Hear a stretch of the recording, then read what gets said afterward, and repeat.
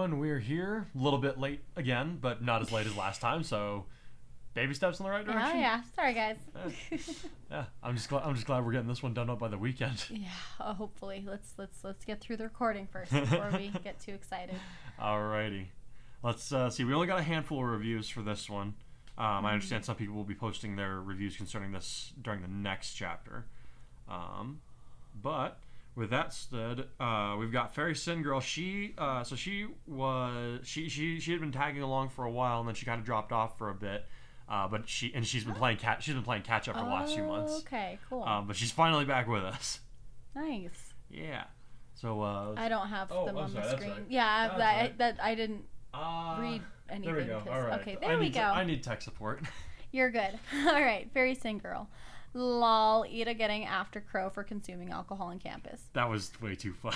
That was funny when he got Izuku, Bakugo, and Kaminari to challenge Crow in a game of Smash Bros. I was like, I mostly got that from, like, it was like season 3 when we see Crow for the first time. One of the first things he does after getting into trouble is he goes and plays video games with his nieces, and it's like very clearly something that they do together to pass the time. So I was like, yeah, this seems like something he would do. Nice. Also, I was actually wondering if Kudai would get to meet Todoroki's mother. Looks like I got my wish in this chapter. I didn't know that anybody was wishing for that, but I'm glad that you enjoyed it. Cool. I'm curious to find out who that villain at the end there was who attacked them. That villain didn't. He's not part of the Humarise movement. He's just kind of watching things for right now. So yeah, he doesn't have anything to do with Humarise. Like I think I mentioned it at the end of the chapter where it's like he's far away from Humarise, from the Paranormal Liberation Front, like Yakuza. Like this villain has nothing to do with any of those people. Okay. All right, thank you, Fairy Sin Girl. Yes, thank you. Joe Clone, I'm so hyped. What a fantastic end to this phase. Yeah. Mina focused mostly with her struggling, then finding the solution to those struggles. Oh, it was so satisfying. Yay. And then the implications of the things going on around them all. Crow probably did lose at least one match against those guys, with maybe some added action from Yang, Ruby, and Nora. He did not. He beat them all. Oh, I bet Crow's main is Snake or Sephiroth. Sephiroth. See, I don't know this Smash Bros. Sorry. The whole scene was hilarious. I'm trying to. No, his main would actually be Mr. Game & Watch, and there's a very specific reason for this. So, Mr. Game & Watch, his the strength of his moves, of his special moves, are determined at random. And for those of you who don't know, Crow's quirk essentially is bad luck. It can affect him, but it's more likely to affect people all around him. So the reason nobody can beat him at video games is because he literally makes them unlucky. That's hilarious. Yeah. Oh my gosh. Okay. In this story, like him and his teammates, so like him, his sister, and Tai Yang are like the only ones who know what his quirk does. Gotcha. Like, otherwise, I think. Well, actually, no. Ozpin knows as well, and Nezu kind of has an idea about what it might be, but he just hasn't said anything because it's not important to him. Okay, see, I'd be like, no, you're not coming on this campus. We've had enough this year. Bye. He's good at what he does, though. I was so vindicated when Nakarui figured it all out. It turns out I was right the whole time. Yep. He predicted that the ghost was not a ghost, and it was Kudai's vestige. Nice. Yeah. We have a future Kai to contend with once Kudai returns, and it appears that'll happen sooner than expected. Humarise time. Yeah. Put your Black Ops suit, everyone. We're going in the dark. Yeah. So for those of you who are anxious to know, yes, they'll be keeping the stealth suits throughout this arc, because I too am angry that they just shame. Like. They put out so much merchandise and hyped up those suits so much, and their screen time runs for like less than 5 minutes, if that. Oh, if that. I was so like that. That was like the one thing about that movie where I was like, I'm upset at this. Instead, we're in like civilian clothing the majority of the movie. I didn't mind that. I just wish that they would have gotten back into the stealth suits like for the last fight. Well, the situation kind of prevented Deku from being able to. But... Whatever. Well, I could see his teammates taking his suit too, though. Yeah, that's. I was like, they had time to grab luggage and all that. Why don't they have the suits with them? That's a good point. Come on. Probably because it's property of the World Hero Alliance. I mean, I don't think so. I think Endeavor would have had to authorize those suits being made. Yeah, like, but it's probably property of Endeavor's agency, so they can't be using their tech while they're going rogue, basically. They didn't. Bakugo and Todoroki didn't really go rogue. No. Like they kind of like they're like, we'll catch you up later, and then they took off. Yeah, but they're doing stuff that's not sanctioned by the agency, and so they shouldn't be using the tech, because then that'll. That can get them tied up in all kinds of legal nonsense. Whatever. Okay. All right, Silly Kita. I'm going to let you take this one because it's a long one. All right, Silly Kita says, all right, what an end to the phase. The opening scene from Mina's point of view was honestly about what I expected, though that isn't to say that it contained subpar writing.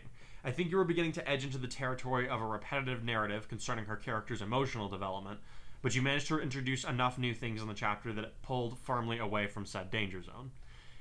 Yeah, like I said, it was really a challenge to write 3 chapters covering the same amount of time and keeping the content fresh. Mm-hmm. So maybe I started to slip a little bit at the end here, but I'm glad to know that it doesn't seem like anybody was bored reading it. That's good. Let's see. They go on to say, the first thing that really stood out to me in this chapter was how you handled Izuku's confession of guilt. It was handled incredibly well with regards to timing and the flow of conversation. That is, him finally unloading all the shame that he feels only after hearing exactly how badly this has been tearing Mina up inside. Deku is a very sympathetic person, so it makes total sense to me that while he would initially be trying to help her, he would be caught almost unawares by his own repressed feelings on the matter. Mm-hmm. Yeah, that happens to him a few like the most classic example I can think of, or I don't know if I can say classic, but like the example that first comes to mind is when it's during season 4, and it's like after he had to let Eri go, but before they go on the Yakuza raid. Yeah. And he's just like crying into his lunch because he's like trying to keep everything bottled up. And his friends are like, "Hey man, it's like I know you can't talk about whatever's going on right now, but we're still here for you." Yeah. And he's able to pick himself up after that. Mm-hmm. But I can see where I can see where the comparison would be. Yeah. I don't know that I had that scene like specifically in mind while writing the one between Mina and Deku. It just felt like something his character would do. Oh yeah, definitely. It was like he's trying to help somebody and then he ends up needing help.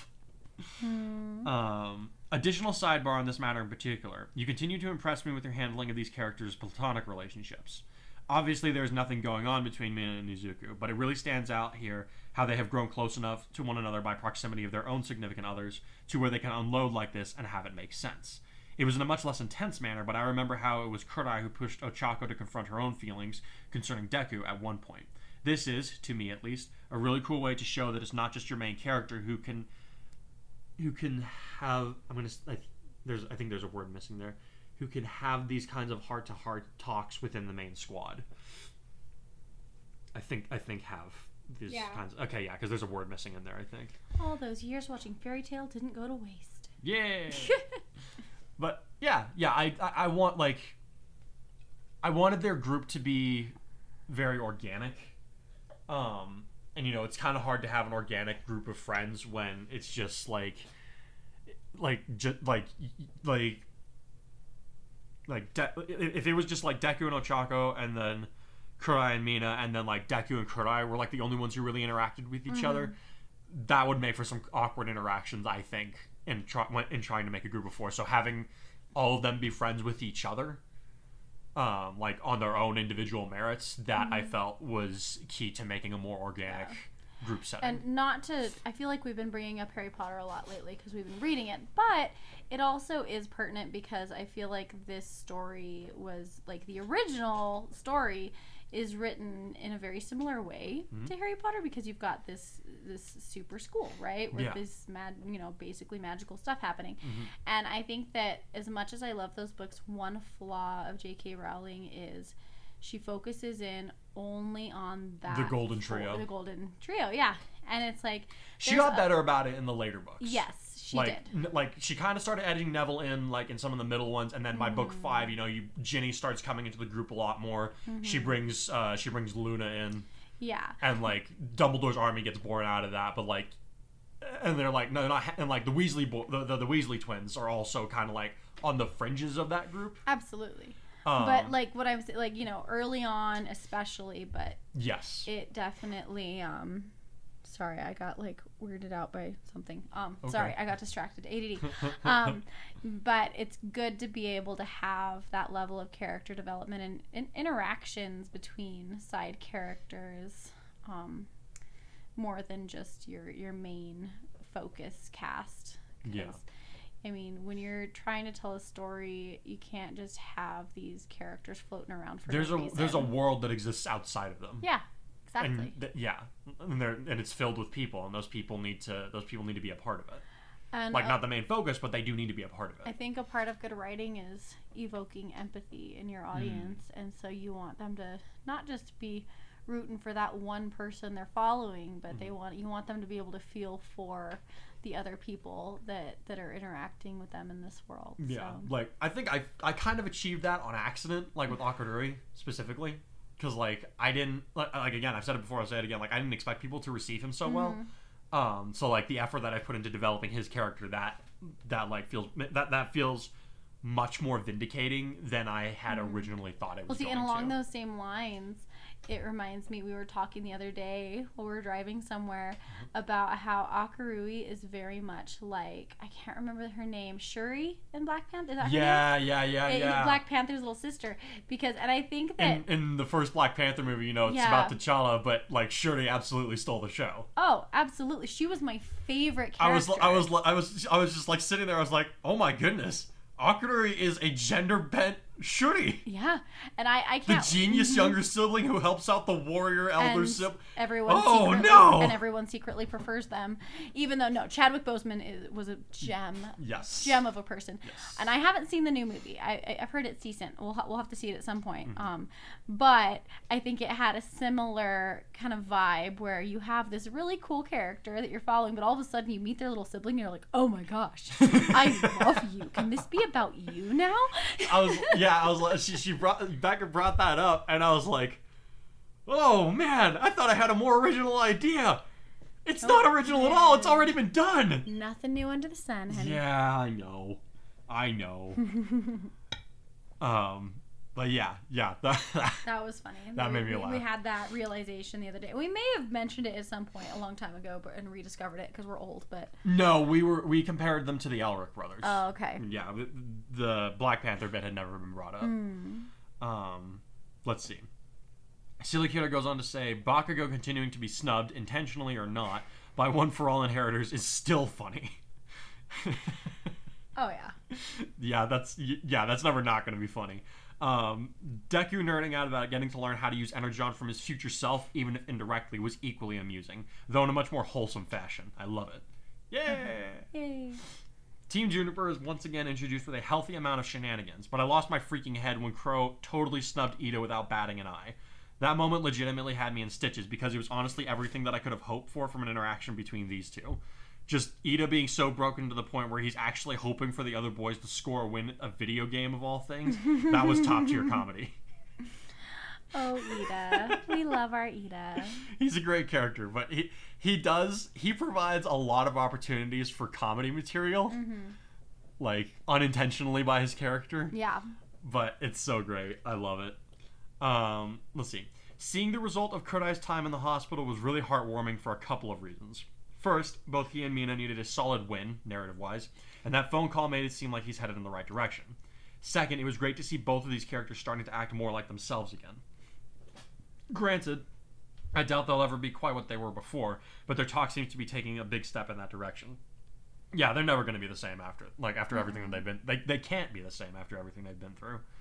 But yeah, like you said, it's... You know, they're taking steps that way. Yeah. Kodai still checking on Eri, even in his position, gives all the big brother vibes that I've come to expect and love from our guardian hero. I'm glad they still love him. yeah. I'm glad there's still people. I'm glad that there's still people who are still rooting for Kodai. Yes. Of course, who knows if his progress is going to stick, given what happens toward the end of the chapter, and that preview you gave us. Sorry, getting ahead of myself. One other thing that stood out to me in terms of background information was the fact that Monoma is being quiet. I hope that there's going to be an elaboration on this, because up to this point in the story, you've made your dislike of him and his character very clear. So I'm very curious as to what you're doing with him now, given that he's not jumping on the Class A versus B again, especially given that they've got even numbers at this point. Yeah, I'll get on that again. Yeah.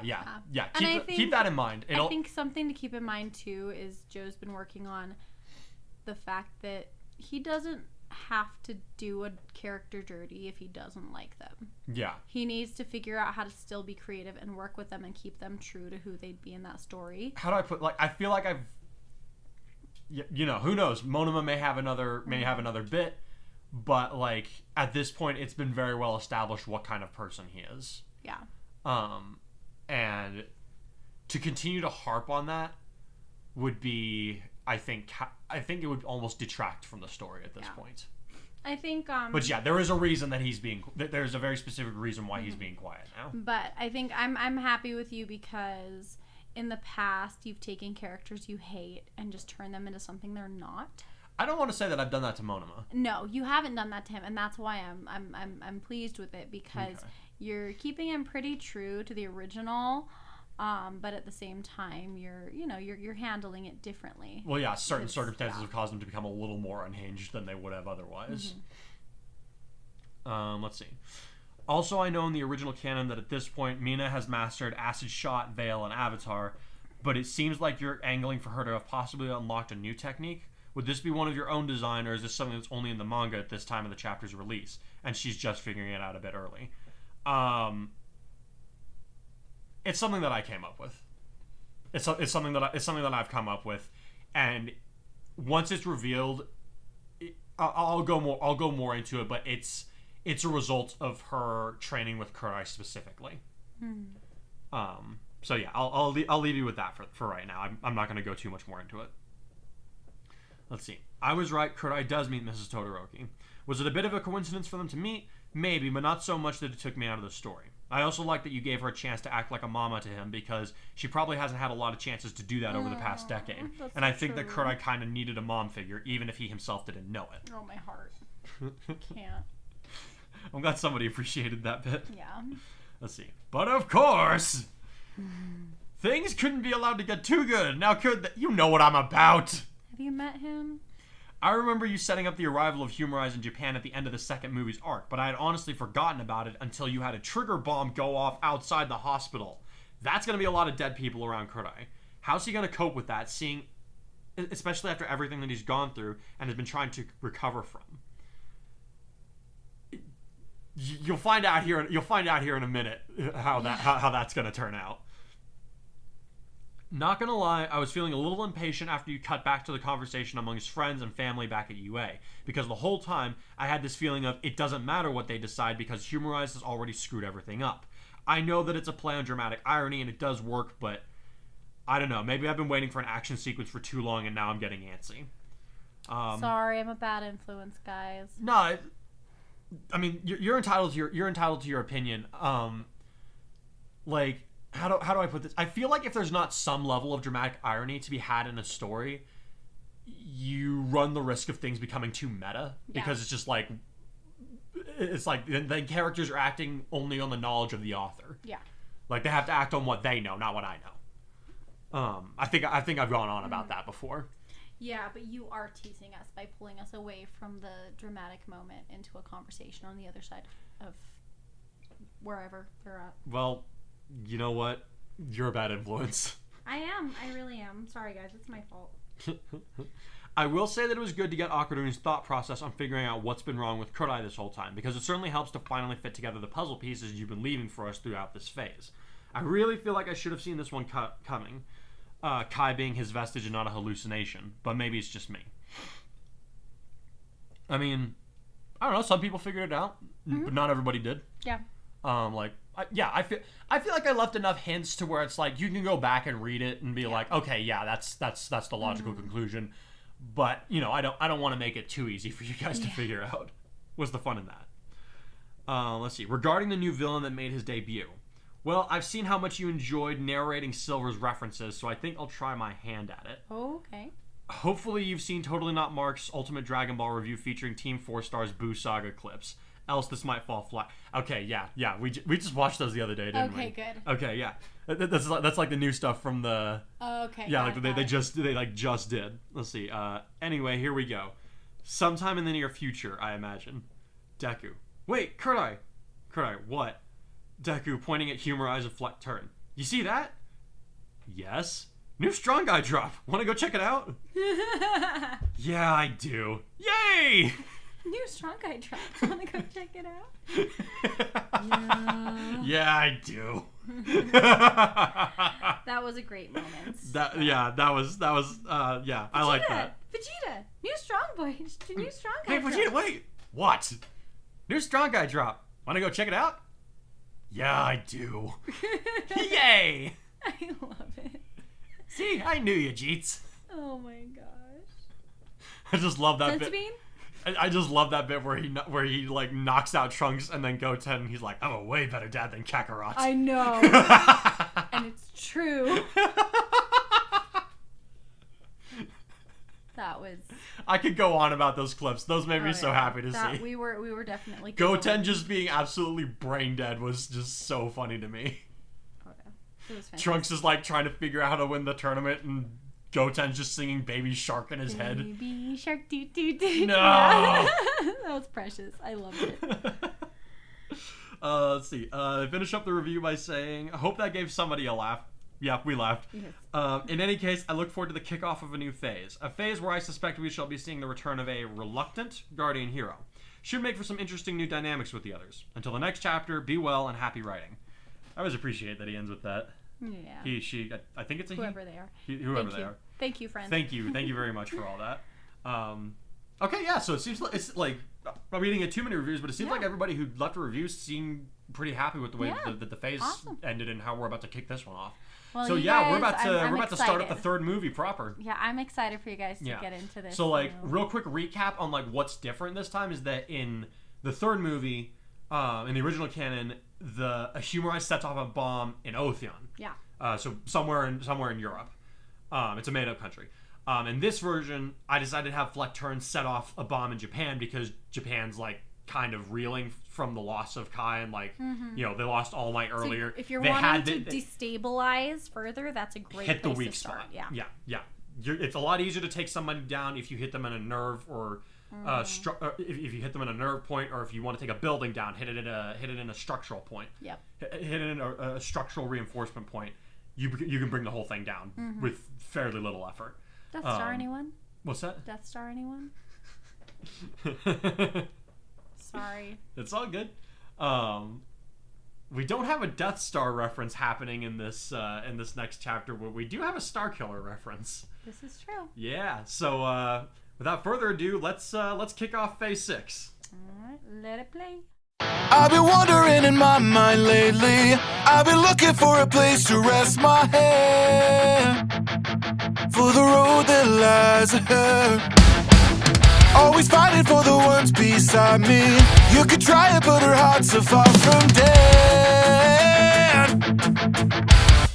You will believe it.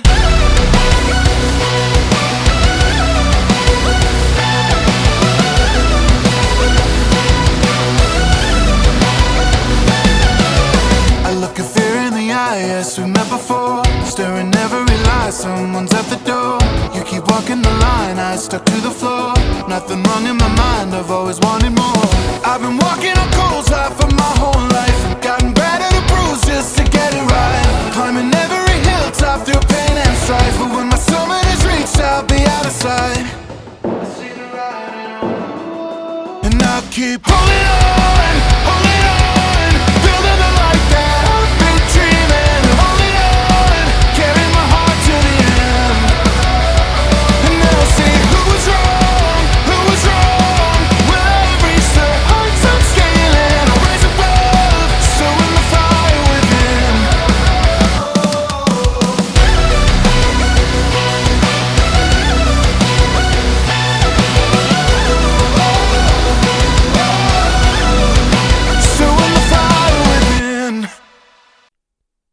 lives. Kanto Ward had devolved into a blood-soaked nightmare, with the dead and dying strewn about like so much trash. Only a handful of people were capable of taking in the horrific sight, and most of them were being tended to by masked figures in white robes. They claimed to be members of Humarise, a group which until now had been viewed as a bunch of religious quacks who preached the dangers of the quirk doomsday theory, the notion that as quirks evolved and became more powerful over time, and through the passing of the generations, there would one day come a time when powers could no longer be controlled, and would annihilate life on Earth as humanity knew it.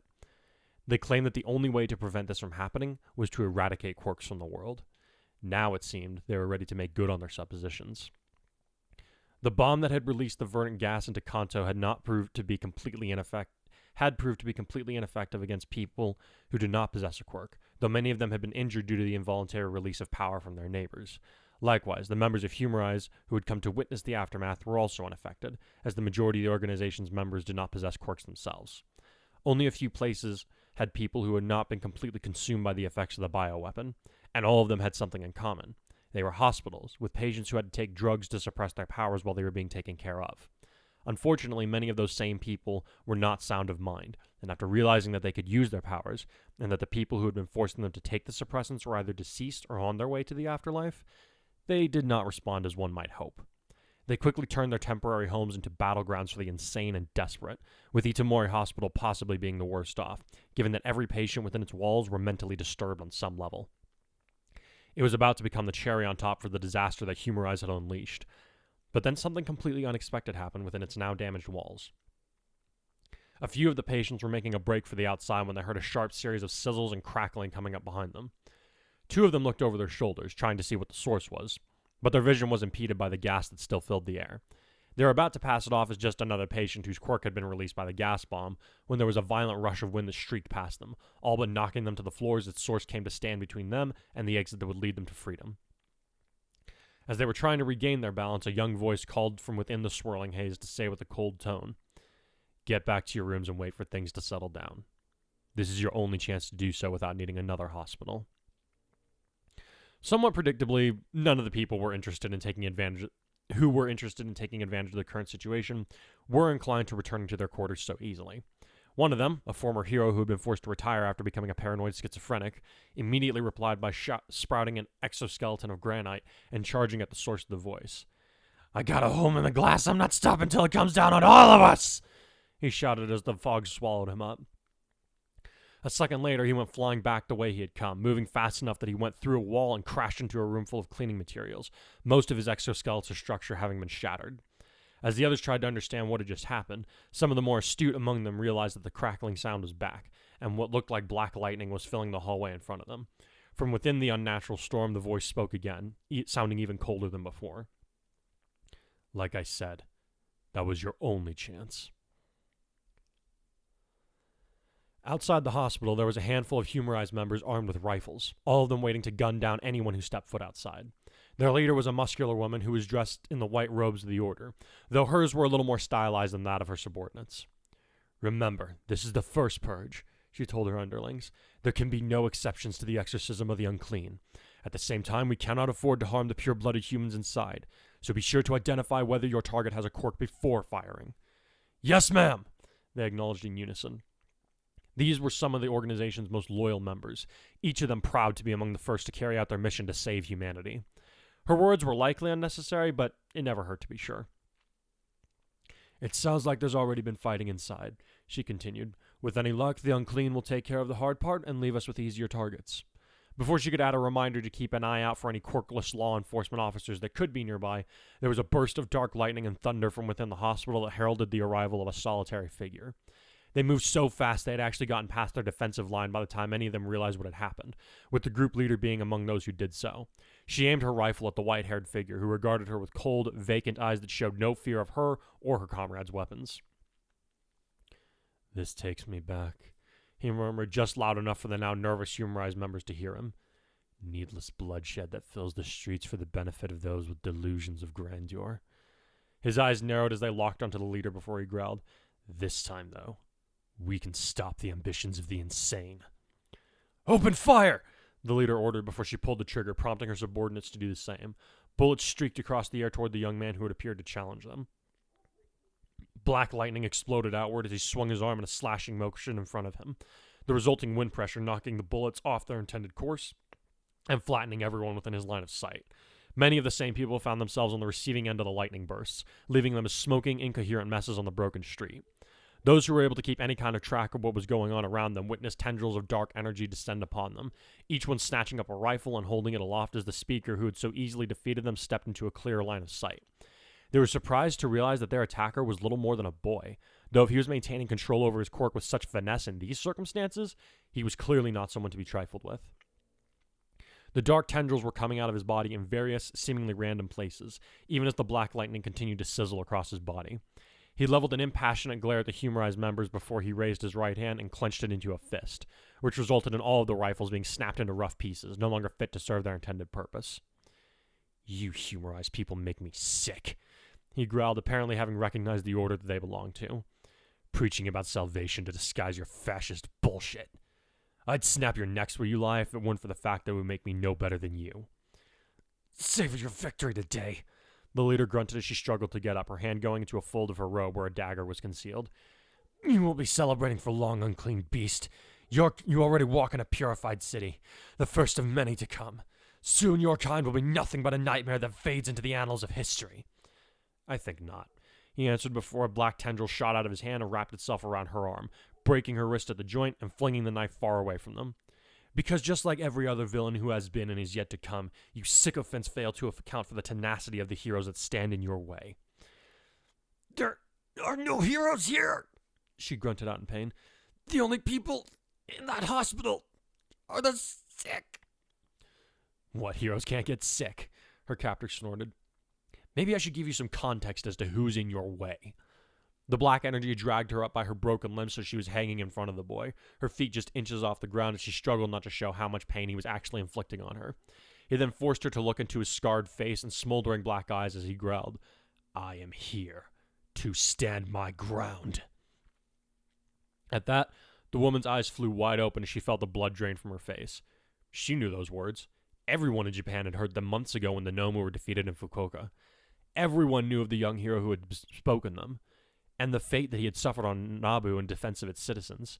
She wanted to deny what her eyes were telling her, but even with the white hair and lack of a robotic limb, it was clear who had captured her now that she had a half an idea about his identity.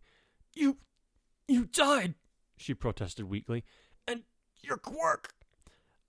"It got better. Well, I got better, but it had some side effects," he replied with a cold smile that sent shivers down her spine. "Not that it'll change things much as far as you're concerned. I have the power to keep this from happening to anyone else, and I'll act on it." "It's too late for the people in Kanto," the Humarise member grunted. "Even if you have the power to defeat us, you can't save any of your kind that are within these borders." "Not everyone has been killed by what I assume is your bomb just yet," he shot back. "And once the gas dissipates, search and rescue will be all over this place, not to mention the heroes who are going to throw your asses in prison for the rest of your rotten lives." Done speaking with her, he used Black Whip to slam her on the ground head first, leaving her in just as rough a shape as the luckier victims of the bomb attack. "This gas needs to go so the heroes can do their jobs," he thought as he turned his back on the hospital and ran away with purpose in his stride as he headed deeper into the cloud of deadly gas that had infected the city. "I understand the situation, but I'm not sending any of my sidekicks or myself in there until that gas dissipates or we get proper gas masks," Hawk said with a frown as he held up a hand to his earpiece. "Surveillance showed us what happens to anyone with a quirk who breathes that stuff in. Going in without the right equipment would be suicide. I'm not about to be a part of that." Tsukuyomi shifted in place uncomfortably as he looked at the city that lay a couple of miles away from them, enshrouded in deadly gas. The Heroes Public Safety Commission had ordered many of the top heroes to assemble at Kanto, but they quickly realized that it would be futile to mount any rescue efforts until the substance had been diluted by the atmosphere itself. Now Hawks was arguing with the people in charge of coordination, as were several of the other heroes who had come to assist. Among them were the Jet Black heroes' classmates, Uravity, Froppy, Crescent Rose, and Firecracker, who had come with their senior Nejire and their mentor Ryukyu. The Dragoon hero was also having a heated discussion over the phone with her, while her sidekicks and interns looked on with the same level of worry that Tsukuyomi himself felt coiling up in his gut. "This is horrible," Crescent Rose was saying while her sister put an arm around her in silent agreement. "I hope Kurt-Eye is okay," Uravity said in a lowered tone. "The hospital he's in is apparently just at the edge of the blast radius." "Wait, for real?" Firecracker said as she turned toward her peer. I just heard from Deku, the gravity girl confirmed. He, Eri, and Mr. Aizawa are on their way just in case he's out of control. I'd prefer him being out of control. Froppy commented, drawing surprised looks from her friends. It's better than him being dead again, she pointed out when she noticed the looks they were giving her. I refuse to believe such dark tidings, Tsukuyomi muttered as he turned back toward the city. We must have faith in our friend's ability to seemingly do the impossible on a regular basis. Yeah, Crescent Rose said as she clenched her fists. It'll take more than a little gas to kill him again. Before the others could voice their opinions on the matter, Hawks tapped his intern on the shoulder and said, Look alive, Tsukuyomi. Something's happening over there. Following the direction of Hawks' pointed finger, the assembled students looked over to see something odd happening to the center of Kanto Ward. Wait, is it just me, or is the gas pulling itself in? Uravati asked as she peered harder at the cityscape. It's not just you, Froppy answered, her eyes widening as she noticed something else. It's being absorbed into that tornado. Sure enough, the green substance was slowly being retracted into a giant wind funnel that had appeared in the middle of the city, which had rapidly grown tall enough to reach up into the clouds. At first, it was anyone's guess as to what could be causing something like that, but then the UA students started to see something that looked eerily familiar. Is that black lightning I'm seeing in there? Hawks asked as he continued to watch the phenomenon unfold. Unseen by him and the other awestruck pros, the interns all looked at one another, the blood draining from their faces as they recalled there was only one person who wielded the raw power to create such a scene, and wield dark lightning while doing so. Eri and Deku both startled Aizawa by letting out cries of pain as they grabbed at their heads in the back of the car. What the hell? He demanded as he got the car back under control, having nearly lost it when they shouted. Midoriya, Eri, talk to me. It's one for all. Eri gasped as traces of electricity crackled in her hands. The previous holders, we can hear them again. Izuku added as he massaged his temples. Whatever was affecting Eri didn't seem to be hitting him as hard, but it was clear that he was struggling to maintain a cohesive line of thought. But they're not talking to us. Who are they talking to? Is it? Kurai could feel his power increasing by the second as he continued to run in tight circles, drawing in as much of the gas that had spread throughout the city as he could with the resulting tornado. Too much more of this, he risked losing control of One for All entirely, which could prove to be disastrous in more than one way. Not only would he almost certainly die, the entirety of the Kanto Ward could be immolated by the release of such raw physical force. Fortunately, he noticed the air around him was becoming clearer, which meant that the gas was following its natural inclination to drift upwards in the tunnel. Still, that won't be enough to disperse it completely, he thought as he continued his efforts, trying to get the poison up as high as he could force it to go. He had an idea, but for it to work, he would need some help. What do you say, Seventh? Do what you must to save those who can be saved, came the reply, leading him to smile. All right, he said as he prepared to execute the next part of his plan. Putting more power into his legs, he jumped straight up through the middle of the tornado he had created, only stopping when he estimated that he was halfway through. He did so by engaging the float quirk, locking himself in place, even in the midst of the howling tempest. Once he was secured, he engaged One for All at maximum strength throughout his whole body, his muscles practically generating their own storm of black lightning that streaked out into the tornado, forming a nimbus of energy that sparked from one random object that had been sucked up to another. This is going to cause some serious collateral damage, but it's either this or wait a few more hours for the heroes to be able to enter, by which time everyone with a quirk will definitely be dead. He thought as he crossed his arms in front of his body, ready to execute the final part of his plan. Here we go! Star Killer! Smash! He flung his arms outward while flexing every muscle in his body, causing an explosion of air and lightning such as the world had never seen. It proved to be more powerful than even its caster could have predicted, as it actually incinerated a good portion of the gas in the air and scattered the remnants to Kingdom Come. The explosion rocked the ground, even where the heroes were on standby, causing many of them to cry out in surprise. Hawk saw the gas was racing away from the city, and reacted a little faster than his colleagues. Everyone take cover! He shouted. The others reacted without hesitation, those with reinforcement-type quirks moving to shield their colleagues as the air rippled and scattered the gas far and wide. That ain't good, Firecracker shouted to be heard above the noise of the rushing wind. It's going to spread the effects of the gas! No, not quite, Tsukuyomi said as he pointed upward. Look! At his urging, they all observed the windstorm to see that the sheer force of friction and lightning had annihilated most of the dangerous substance, while the rest of it was scattered so thoroughly as to be harmless. What the hell? Hawks muttered as his eyes settled back on the city. What could have done something like that? Even as they watched the buildings in the immediate vicinity of the explosion begin to crumble from a combined abuse of both the rampant quirks from the citizens and whatever had just destroyed the gas causing the whole ordeal, there were more blasts of dark lightning zipping between the cascades of glass, metal, and concrete, almost too fast for the eye to follow. No hero I'm familiar with has that kind of power, not since All Might retired, Ryukyu answered with Hawks, looking worried. That's assuming a hero did this in the first place. It was a hero, Tsukuyomi answered before he could stop himself. That is a certainty. You know something? His mentor asked, causing him to balk for a moment. Hey man, if you know something about what just happened, I need to hear about it. The jet black hero looked toward the city before he answered. If I'm correct in my assumption, we need to get where that blast originated from. I cannot say for certain what will await us there, though I dare not hope for the best. I find it far more likely we should go in with our guards up. Hey, if it were safe, we wouldn't need to be here, would we? Hawk smirked. Seriously, though, what are we in for? Either an old friend of ours did that, or a crazy guy. Firecracker answered for the boy. Possibly someone who's supposed to be dead. Maybe all three. Either way, those of us from UA need to get in there, like, right now. Why does UA play into... Hawks paused, his head swinging back and forth between the city and the students a few times before he asked, Someone who's supposed to be dead. That isn't who I think it is it? Like I said... The blonde American grumbled as she turned to her sister. The fastest of the heroes swiftly made their way to the scene of the explosion, Hawks having ordered the others to begin search and rescue while he and Ryukyu went ahead with their teams. Crescent Rose and Firecracker were actually the first to arrive, followed closely by the number 2 hero, who was looking at the younger of the sisters with a new level of respect.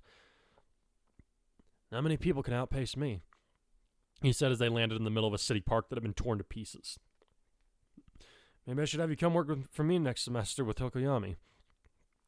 Sorry, sir, but unless you have unlimited cookies in your office pantry, Ryukyu has you beat.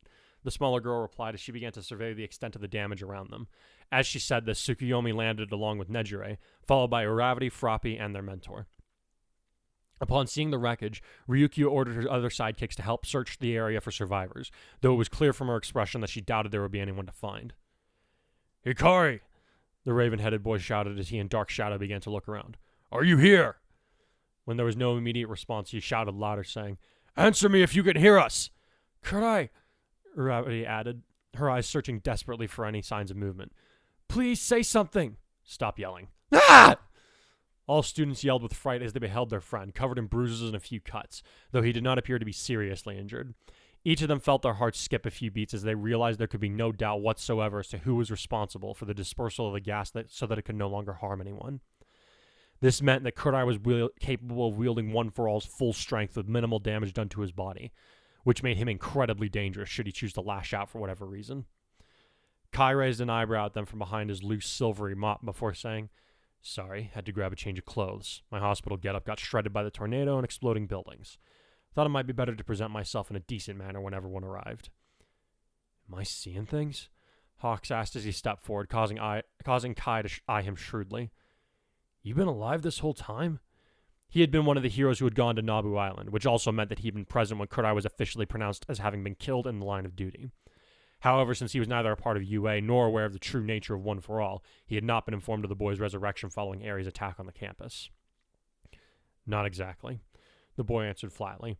He looked like he was going to add more, but then his face twisted in pain, and he clutched it tightly at the side of his head. Damn it, he growled. Of course you've picked out a fight back. Kurai, what happened to... Don't interrupt me, he groaned as he cut Uravity off. Sorry, but as much as I'd love a reunion, I don't have time or energy to waste. The leaders, or at least some of the higher-ups who were involved with this attack, are piled up in front of Itomori Hospital. They're members of Humarise. Ugh. He doubled over, causing his friends to start forward, but they halted in place when black lightning sparked across his body, erasing any doubts in the mind of the pro-heroes as to who was responsible for the riddance of the trigger gas. Stay back, he warned them. This seems like it's just the beginning of their plans. You need to figure out what their next move is. Ochako! Kai heaved in a deep breath before he locked eyes with the frightened girl and said, This is important. Todoroki's mother is hiding in Itomori's hospital's second-floor supply closet, and She'll need medical treatment, as will the others who were inside. Make sure. Tell Akurui to meet me at the place of the blood oath. What are you... With a shout and a blast of electrified wind that knocked all of them but Ryukyu over, Kai disappeared from their line of sight. Wait! Hawk shouted in frustration as he realized the boy had already vanished from his view. Damn it, where'd he go? That phrase he used at the end, Tsukuyomi muttered as he helped Nejire get to her feet while she rubbed her sore head. Uraraka, do you know what he meant about a blood oath? No idea, she said with a shake of her head, but I'll bet that Akurui will know what it means when I tell him. Ochako! A familiar voice called out before its owner landed in their midst, followed closely by Cronoa, who immediately began to search the area furtively. Deku skidded to a stop in front of his girlfriend before he panted. We were on our way when we saw the explosion. Mr. Aizawa sent us ahead. Was it? It was Hikari, Tsukuyomi said before he could complete the question, drawing both his and Cronoa's attention. He lives. It's more than that, Cronoa said as she stepped forward. Where is he? You guys just missed him, Uravity said as she shook her head in frustration. He was acting really strange, and then he just took off. We have no idea where he went. He had a message from his brother. He had a message for his brother, Crescent Rose reminded them. He said he wanted Akurui to meet him at the place of the blood oath. Any of you know what that means? No, Deku said with a dogged shake of his head. He turned to Cronoa, who looked equally frustrated by the development. I have no idea what he's talking about, she answered. Akurui never mentioned anything about a blood oath for as long as I've known him. Is someone going to clue me in on what's going on here? Hawks asked, starting to look a little impatient with the lot of them. Sorry, sir, Tsukuyomi apologized. Unfortunately, the story is rather complicated, and we're not at liberty to discuss all the details without Hikari's express permission. When Hawks' eyes narrowed in suspicion, Uravity turned to her boyfriend and said, You need to call Akurui and pass on that message. The rest of us have to get to work on search and rescue. Instantly, Deku's eyes snapped into work mode as he realized she was right. There were people who needed to be saved if at all possible, and they didn't have a moment to waste. Right, he said firmly as he pulled his phone out of his belt. Emery, help them with the search and rescue. I'll join you as soon as I've contacted Akurui. While the others began to move to do their jobs, Uravity pulled Cronoa aside and asked in a lowered tone, What did you mean when you said that there was more going on than we thought? It's not something we can talk about until we're alone. The other girl answered in an equally lowered tone. Right now, I'll just say that our mutual friends finally woke up, and they're not interested in talking to me at the moment, and one of them in particular is pretty cranky. Not for the first time in the last 10 minutes, Uravity felt the blood drain from her face.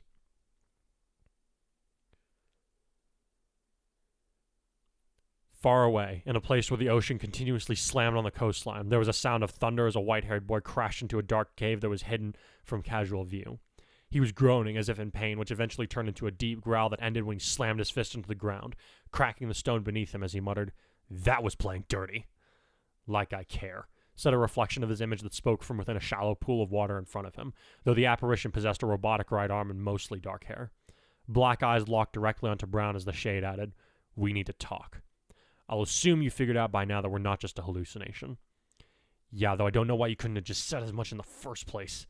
Kurai grumbled as he slowly got to his feet, wincing as his bruises ached and his cuts burned from the salt spray in the air.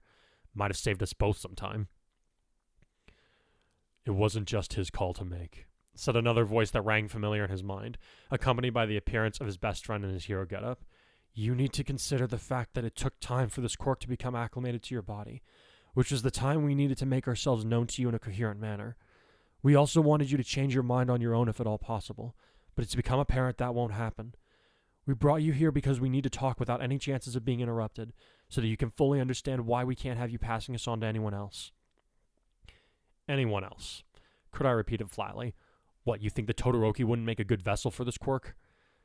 It's not his heart that we doubt, said the vestige of All Might, even as he and 7 others started to appear around Kurai, even as the sounds and sights of the cave began to fall away from his conscious mind. No doubt young Todoroki would make a fine champion, but it turns out there's more to the burden of one for all than just a fight against all for one. More to it, Kurai repeated as he looked around himself, studying the faces of each of the previous users with interest. Do you guys want to stop talking riddles at some point, or you've all been dead so long that you forgot how normal people talk? You cannot pass one for all on to your friend, nor to anyone else, Hogosha, said a man with white hair and dark scars on the left side of his face. This is not said to punish you. We understand that you have been through more than even most of us here have endured, but we are left with no other recourse. You must understand the very simple fact that you and the 11th are to be the final holders of this great power, the ones who must defeat All for One and Tomura Shigaraki. Go on.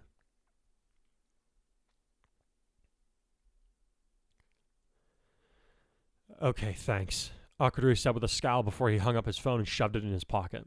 Turning to Mina, who was waiting with an anxious look on her face, he then said, I got good news and I got bad news. He's alive? She asked him hopefully, to which he nodded, leading her to sink back into the couch with her head buried in her hands. Thank God, she sighed heavily. Unfortunately, the bad news is that he's gone AWOL. Akuduri deadpanned, causing her to look up at him. Yep.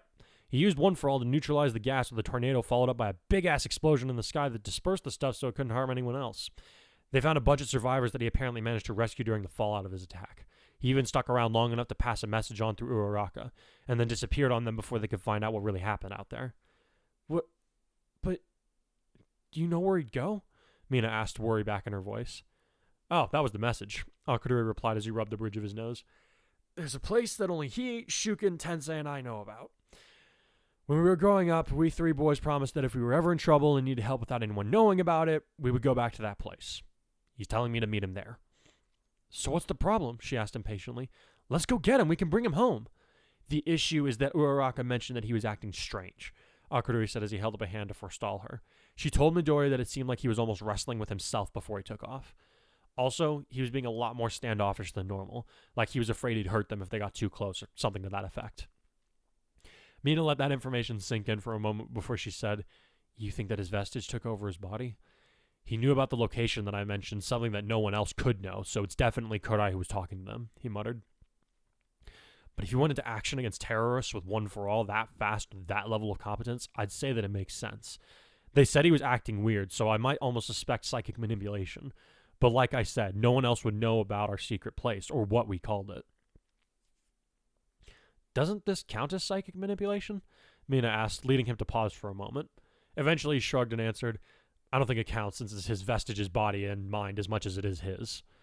Well, whatever, Mina said as she moved toward the door. Let's go get him. You're staying here, Akuduri said as he made to follow her out. Sorry, this meeting place is for us Hogosha boys only. He was about to say more, but he quickly found himself being grabbed up by his shirt and yanked forward so that he was staring into Mina's very dark, very angry eyes. I am going, she stated. In case you forgot, I promised to spend my life with your brother. That means if it's not just the Hogosha boys from now on. You better make room for a girl, because it's not going to be too long before we're sharing the same last name, pal. Akuduri eyed her flatly for a moment before he asked, What will you do if we get there and he's not the Kodai you fell in love with? What kind of stupid question is that? She shot back. Future vestige or not, he's still Kodai. It's my job to believe in him and help him if he needs it. Right now he's asking for help, so I'll worry about which version of him I'm talking to later. Akuduri's right eyebrow went up before he said, Good answer. Now put me down so I can go tell Nezu that we're going on a little field trip.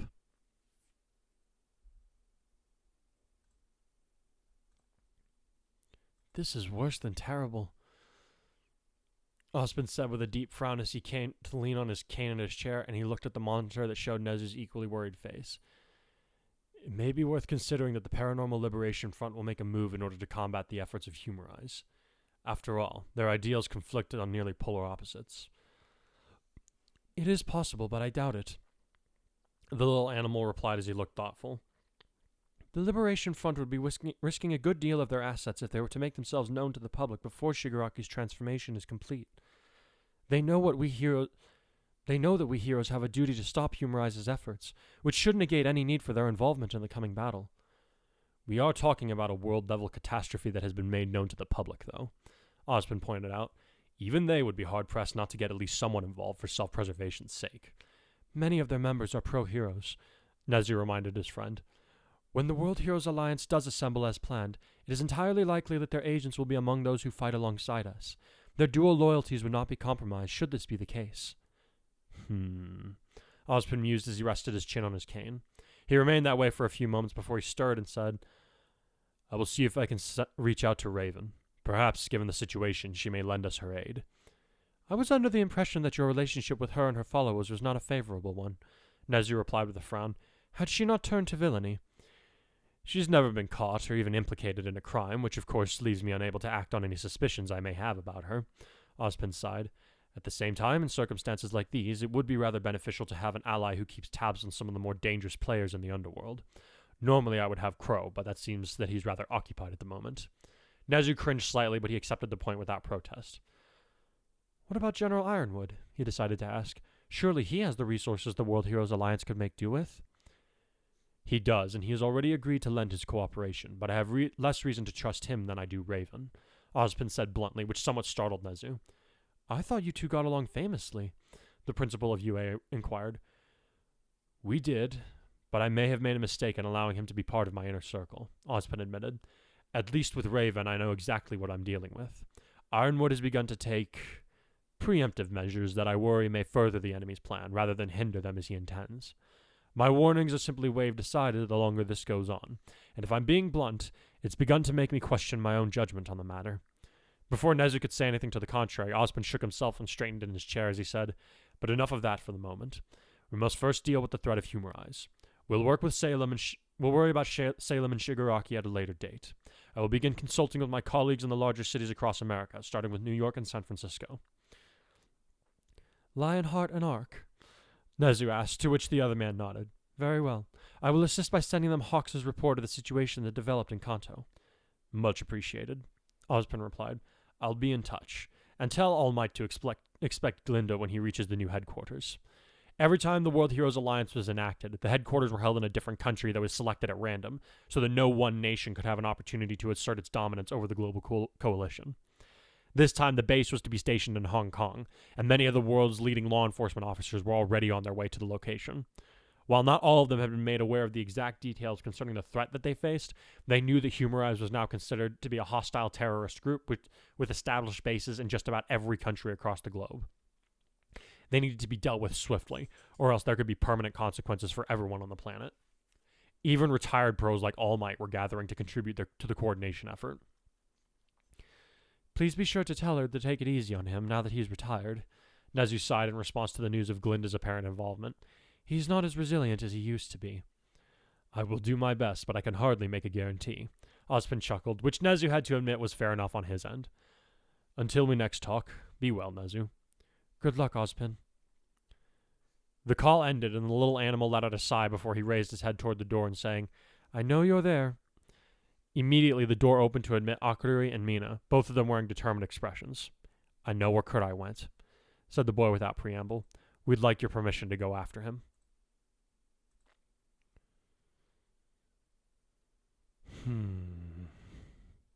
Nezu raised an eyebrow at that piece of news, as well as the fact that Mina was not in her uniform.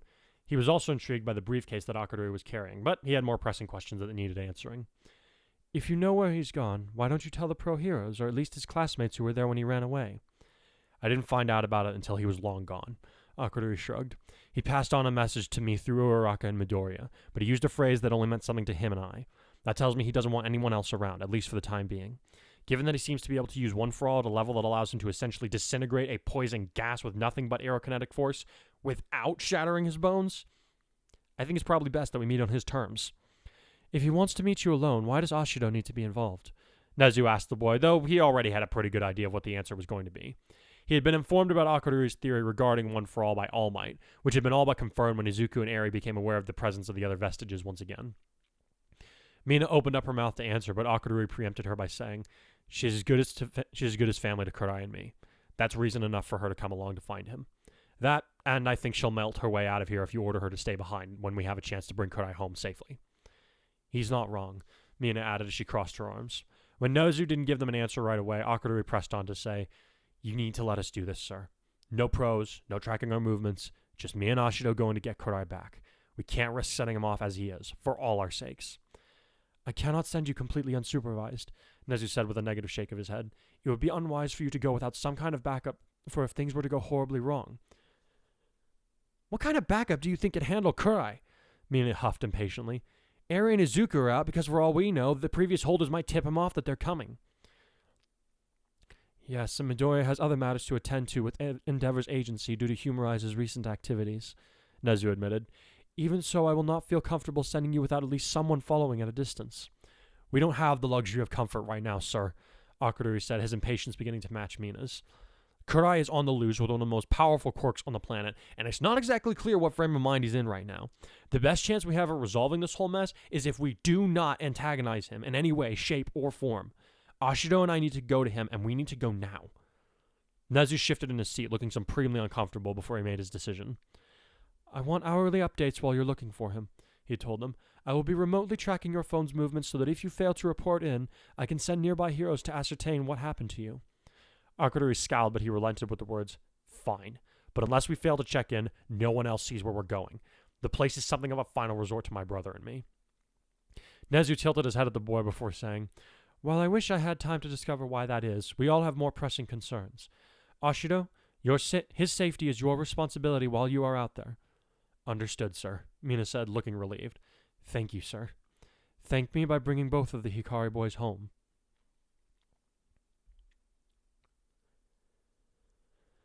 The minute they were outside of the school campus, Akadori turned to Mina with his hand outstretched and said, Give me your phone. Why? I'm not chancing the principal screwing this up, he answered bluntly as he continued to hold his hand out. The place we're heading to is a cellular dead zone, which means that if Nezu has a general idea of where we're headed and we don't check in on time, he's going to call Factum or something. So what's your plan to counter that? She asked as she handed him the phone while they turned down the street to head for the nearest train station. I made a cloning device for electronics a while back, he answered as he examined the phone while I walked. I'm going to copy both of ours onto a radio-type device that'll react like our phone's GPS signals. He'll be tracking those once I've disabled our tracking in the real phones, and I'll still be able to send him texts and engage in phone calls. My phone will just bounce the signal over to the clone, though I won't be able to keep doing that once we hit the dead zone. Isn't it, impossible to actually disable the GPS on our phones without taking out the battery? Mina asked with a slight frown. Yeah, if you're like normal people, Akadori smirked. I've known how to do this since I was in 2nd grade. I've kept up the practice in case I ever needed to hide out. Your skills frighten me, kid, Mina said with a shake of her head. Glancing downward, she then asked, What's with the briefcase? Just a few toys in case someone decides they want a roughhouse, he answered with a snarky grin. Wow, he really does get that word from being around you. What now? Don't worry about it.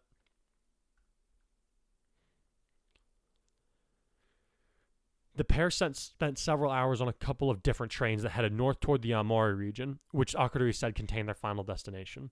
They initially boarded a train that had gone southeast, where the boy cloned their phone signals and discreetly left the broadcast device beneath his seat before they got off and began their true journey. As they traveled, the TV sets on the bullet train showed coverage of the disaster that had struck Kanto. The reporters and news anchors paid special attention to the mysterious figure who had appeared to dissipate the gas and saved hundreds of lives in the process. They also speculated that they had been the one to take down several dozen members of Humarise so that the heroes could get them into custody for questioning. But the footage of what happened in the city was fairly lacking, given that the only long-range equipment had been capable of working by the time they had appeared. All of them wondered the identity of the new hero who had accomplished something that seemed impossible but for the likes of All Might and the late Kai, even as they wondered why he had not yet stepped forward to address the public. The first time he saw the topic on the TV, Akadori had been forced to stifle his laughter. When Mina looked askance at him, he said, Sorry, but I can't help it. The answer's staring them smack in the face. They don't see it. Mina glanced around to make sure they weren't being overheard before she whispered, What do you expect from them? As far as the world's concerned, he's still dead. Doesn't make it not funny, he snickered. Mina rolled her eyes until she was looking out the window as the countryside raced them by. It was a few moments before she said, I've been thinking about this meeting place for a couple hours now, and why could I mentioned it as a blood oath? Yeah, Akadori replied, his voice having lost all joking tones. What about it? I'd almost forgotten about it, but I remember the night that Kurai and I went to your house for dinner before we left for Nabu. She answered while keeping her gaze fixed on the window. Shuken mentioned something about a promise that the three of you had made, and how you signed a rock with your blood.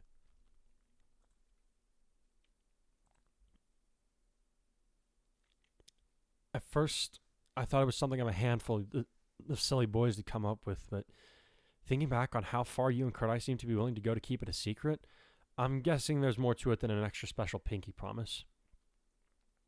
Akadori was silent for several minutes, nearly to the point where Mina was about to give up on getting an answer. Just as she opened her mouth to tell him to forget it, he started to speak in an unusually subdued tone. Did Kurai ever tell you why we go by our mom's maiden name? He asked her without looking over.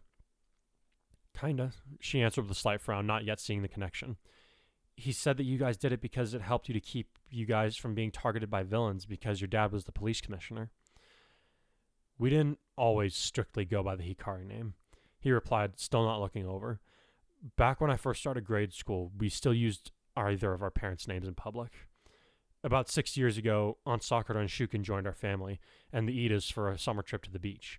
Even Tensei was able to get time off from work, so we had the whole gang there.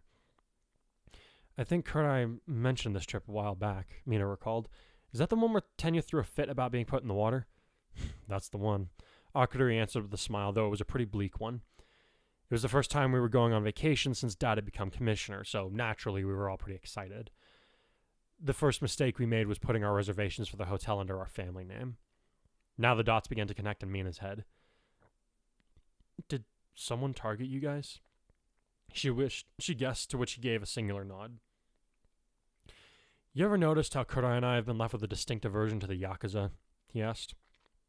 When she nodded, he went on to say, that's not just because we're cop kids or that one of them killed our uncle. The guys that came after us that day belonged to the Tono gang, on orders from their boss, who wanted to use Shuken, Kurai, and me as bargaining chips in a backroom deal that would see to some of his chief enforcers getting out of prison on good behavior. They followed us to the beach and snatched up the three of us when our parents and the Idas weren't looking, tied us up, dumped us in a cave about a mile from our hotel. As Akudori spoke, Mina's eyes had been growing wider, but he wasn't done yet. Naturally, we weren't about to let ourselves be used like that, so the minute the group leader left with some of his flunkies to go and confront our father, we fought back. He said, his tone remaining dead. They didn't know about Kurai's quirk since he hardly ever used it after he nearly melted his brain a couple of years before that. But he didn't hesitate in that moment. He freed me, and Shuken helped him take the four guys down. Your cousin can fight? She asked, unable to help her curiosity in spite of all the new information that was being presented to her. His quirk is called memory release. Akudori nodded. He can enact pretty much anything that he's seen someone else do, even if it's from a movie, as long as it's within the physical range of his body's abilities, though it doesn't let him mimic anybody else's quirk. We had just watched a handful of films with that old famous martial arts master, Jackie Chan, so you can imagine how that went. So you beat the villains, she surmised with a frown. I don't get it. What's the issue with that? You used your quirks out as an emergency self-defense measure. There's nothing illegal about that, is there? It is when one of the guys you beat up gets killed in the process. Akudori deadpan, causing Mina's mouth to hang open loosely. Yeah, it wasn't supposed to happen, but by the time it was all over, 3 Yakuza boys were down, and 1 was out. Tensei was the one who found us shortly after the fact, having run into the other thugs and recognizing them from his person of interest list. He confronted them and forced one to spill where they were keeping us, but by then it was too late. Akudori shut his eyes and shuddered as though haunting memories filled his mind for a moment. By the time we were found, we had all 3 sworn to keep the identity of the one who killed the guy secret unto our graves. As it turns out, we didn't necessarily have to do that, because Tensei took the blame for the accidental death. Since he was a popular hero, he had close ties to police, and children's lives were at stake, Ingenium was pretty much let off with a warning from the Safety Commission. He never even questioned us about which one of us did it. He just took us back to our parents while assuring us that everything was going to be okay. That's what we meant when we said that Tensei, not Ingenium, bailed us out that day. But Mina's head was fairly spinning at that point. But you guys were just, I don't know, so casual about the whole thing when you brought it up at dinner. You were laughing about it like it was a joke. She made a conscious effort to keep her voice lowered, but her shock was still evident in her tone. We dissociated, Ashido. Akudori replied as he turned to look at her with haunted eyes. It was all we could do to survive the horrors of that day. Our minds fragmented those memories, compartmentalized them in a way that we didn't completely lose our heads in the process of trying to understand what had happened to us and what we were responsible for. You dissociated, she repeated, another conversation coming to her mind at that moment. That's why you seemed to think it was possible that Kurai might have been developing a split personality back in the hospital, because he'd already done something similar to survive. Correct. The boy nodded. After that, my father made it his personal mission to stamp out the Tono family, and boy did their boss come to regret his actions. Even so, our parents decided to transfer us to different schools, and we stopped using our dad's family name in public settings in order to reduce the chances of that happening again. Giving vent to a small shrug, he then said, there you go. That's why that place is somewhere we'd only go if we felt like we had no other choice. And it's why Kurai is very much against killing villains if he can avoid it. Mina looked down for a few moments in silence before she asked, Kurai was the one who killed that guy, wasn't he? When Akudori didn't answer, she pressed on to say, he was young, he couldn't control his quirk well, he was just... Kurai wasn't the one who killed the guy, Mina. Akudori said with a small shake of his head before he fixed his gaze ahead, refusing to look at her any longer. His change in body language, coupled with the use of her first name, hit the girl like a hammer blow to a gut. You? She whispered. It was Like you said, Kodai wasn't very skilled with his quirk at the time, Akadori said flatly. You'd think that would mean that he would be hitting too hard, but in this case he was actively trying not to hurt them too badly, which led to him holding back too much. One of the guys he thought he had knocked out pulled a gun and was going to shoot him when his back was turned. It was dark in the cave, so he didn't see where I had gone to hide, which is how I was able to get in a surprise attack. The floor was wet from seawater, and we both slipped after I tackled him, which led to him hitting his head on a sharp part of the rocks. By the time we realized what had happened, half of his gray matter was washed out to sea. Mina gagged involuntarily, which only got Akadori to look at her with a bleak expression out of the corner of his eye. See why I didn't want to explain things? He deadpanned. If Nezu knew we were headed there, he'd want to know why that place specifically. He'd start digging, and I'm pretty sure he'd find the connection eventually. I don't want to make Kodai relive any more scarring experiences under scrutiny than he's already had to endure. Mina took a moment to make sure that her lunch wasn't about to come back up before she asked, Why? Why did he never tell me about that? You'll have to ask him about that yourself, Akadori shrugged. Just maybe leave it for after we figure out if we're talking to him or his angry vestige. Right, she mumbled, her eyes still somewhat glazed over. I'll be sure to remember that. After another moment had passed, she said, Thanks, Aki, for the horrifically scarring story. For telling me what I need to know about all this. You're welcome, but don't ever ask me to repeat that story again.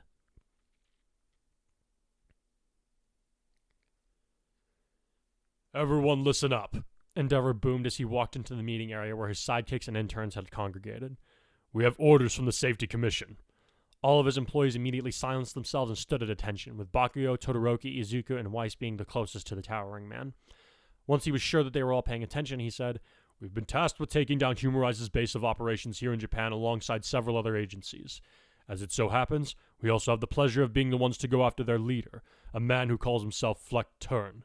We move out at 1 in the morning, so read up on the layout of our target and get some rest while you can. Other heroes in the area will handle our normal patrols per the orders of the Commission. Burnin, you and I will be working with the other heroes to organize a roster and delegate tasks for the chosen teams for this joint effort. Understood, sir, the green-haired sidekick said sharply. We congregate back here at 2100 hours. Yes, sir, the others shouted in unison. Everyone but the interns, you are dismissed. Done speaking, he allowed his sidekicks to disperse while he approached the students under his care. You four, come with me. Wordlessly, the young heroes followed Endeavor to the room they had yet to see, but now realized was the agency's fitting room, where new costumes were brought in for the pro heroes' inspection. This was evidenced by the display cases that showed some of Endeavor's older outfits, as well as one that looked like something Burnin might have worn at some point. What grabbed and held their attention, however, were the 4 display cases that contained outfits they had never seen before, yet looked familiar all the same. Are those? These are new stealth suits I had commissioned after accepting you four as interns, the Flame Hero said to interrupt Izuku. They're based on your original costumes, but they're made with a material that makes it difficult for most scanners to detect your presence. Radar, thermal, even X-ray sensors won't penetrate them. Each costume looked very much like the students' chosen aesthetics, save for the fact that they were predominantly colored black. They also looked denser than what they were used to, which might hinder the reaction times by a fraction, but it wouldn't be all that difficult for them to make the switch. These are impressive, sir, Weiss said as she appraised the suits with a practiced eye. Might I ask what the occasion is? You'll be wearing these for our raid on Humarise's HQ, Endeavor answered as he turned back to look at his younger wards. I'd originally planned on letting you have them if you managed to stick it out of my agency until the spring had arrived, but it seems more prudent to let you have them now. Thank you, sir, Izuku said excitedly as he moved closer to inspect his own outfit. It's about time we got some recognition for all the work we've been putting in, Bakugo growled, though it was clear that he was also impressed by the new costumes. We'll use them well, Todoroki murmured, though he neglected to look at his father while saying so. Endeavor, for his part, seemed to think that this was the closest thing he was going to get in the way of a thank you from his son, and moved on from the display cases. Make sure you familiarize yourselves with them before we set out tonight, he ordered them. He paused by the door before saying over his shoulder, Deku, the gauntlets on the new suit are based off of your old ones from when you first submitted your application to work here. I didn't have time to order you a new pair based on the ones you have now, so you'll have to make do with those. No problem, sir, Izuku said excitedly. With a slightly sheepish grin, he added, I'm not sure the design company you signed on would be able to replicate the new ones anyway. They're kind of unique. The big hero grumbled before he left the room. Once he had, Todoroki turned to his friend and said, What will you do without the new gauntlets if you get backed into a corner? Didn't Hikari design them to keep your powers regulated? Izuku looked down at the armor on his hands that strongly resembled the full gauntlet that Melissa had given him on Eye Island with a little smile. It's not really an issue, he said as he pushed a hidden button on the inside of his wrists, which caused the two pieces to glow and then retract into a pair of bracelets that looked like wristwatches. I can keep them stored like this underneath the stealth suit's gloves, and I can activate them if I get into a situation where I need a quick power-up. If I'm stuck like that, I don't think the stealth factor of the suit will be much help. Akadori had come to him last week with new support items in hand, informing him they were designed not only to absorb the shock of any physical blows that he might deal, but would also help keep pressure on nerve points that would assist in keeping his mood stable. Izuku recalled that Kodai's original costume had armored bracers that functioned in a similar manner, but obviously Akadori's skill and design had only grown since then. The new gauntlets also had emitter points in the palm, knuckles, and fingertips, which would allow him much finer control over any laser bursts he might use. The younger Hikari brother had advised him to practice without them as often as he could in order to gain a more natural control over Energon, but he also understood that Deku couldn't afford mistakes when people's lives were on the line in a field. Have you had any word from Hikari and Ashido? Weiss asked, drawing Izuku out of his moment of reverie. Not since they headed out, he answered with a negative shake of his head. I can feel the presence of the vestiges in the back of my mind, but they're still not talking to me. It almost feels like they're distracted. Maybe they're talking to Hikari, Todoroki suggested. He used One for All on a level that none of us have seen since All Might retired. Is it possible that he had help from the past users? Maybe. Izuku mused as his face acquired a thoughtful look. Ha! Bakugo snorted derisively. 500 yen says that Saiyaman figured out how to do it better than Deku did on his own. Instead of looking insulted, the thoughtful look on Izuku's face only intensified. That might also be possible, he mumbled. He's had to work hard to master a power he wasn't born with to begin with for the last 10 years, so another one probably isn't as big of a deal to him as it was to me, especially given that I didn't get a quirk until I was 15, which means that our levels of dedication when it comes to mastering a foreign power would have no real contest. Plus, he's naturally more inclined to thinking things through, even when he's put on the spot. He was so wrapped up in his thought process that he failed to notice his friends each grabbing their new costumes and leaving.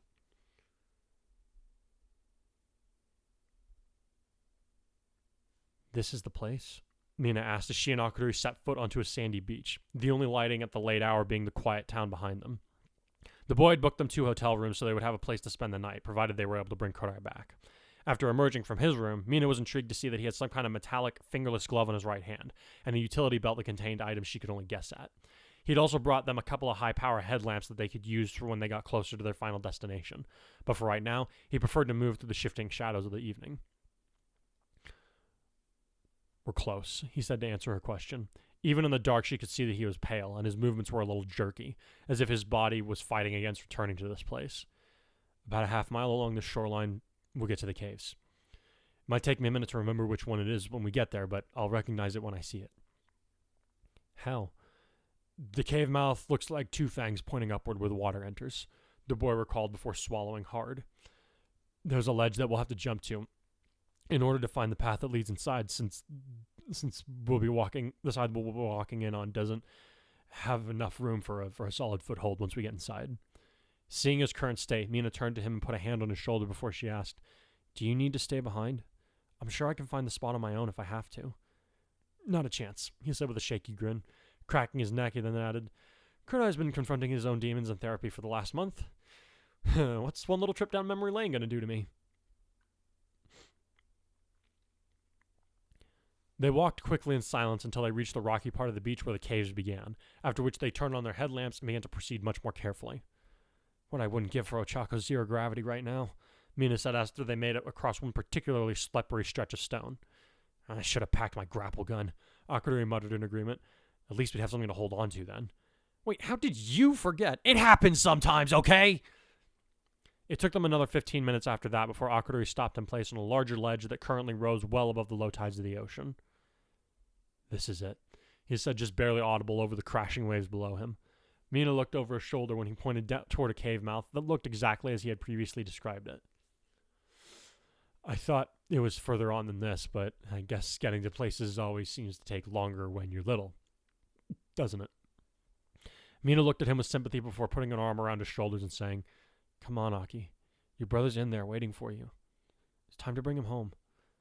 Akadori sucked in a deep breath, shook himself, set his jaw, and squared his shoulders before moving on, without another word.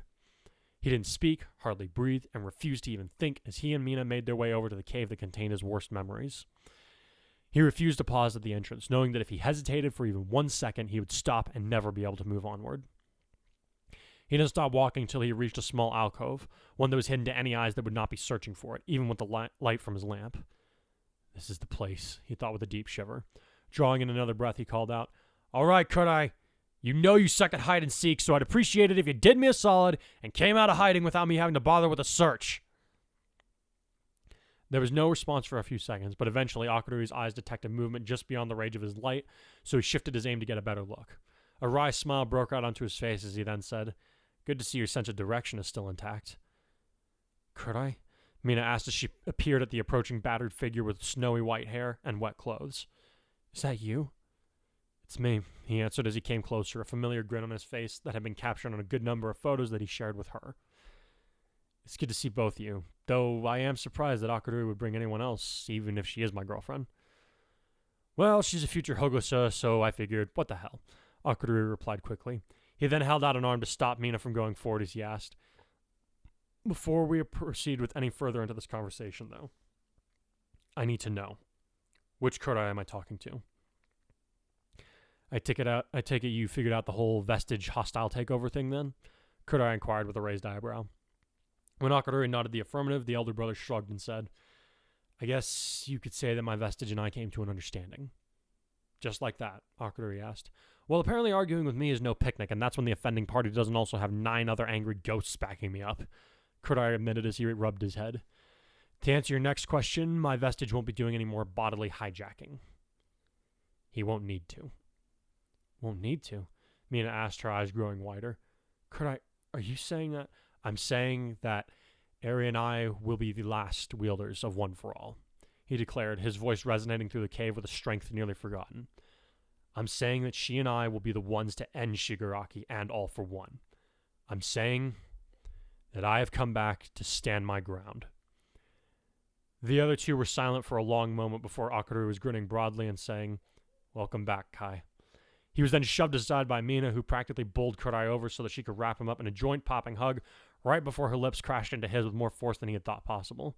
Seeing this, Akarui rolled his eyes upward and turned his back before grumbling, "Great, another memory of this place that I have to repress." When Mina didn't stop, he called over his shoulder, "Hey, can we save this for later? I got 2 hotel rooms for a reason, you freaks." Never took the backseat or wonder what's a dream without a goal to conquer. Just a painful reminder.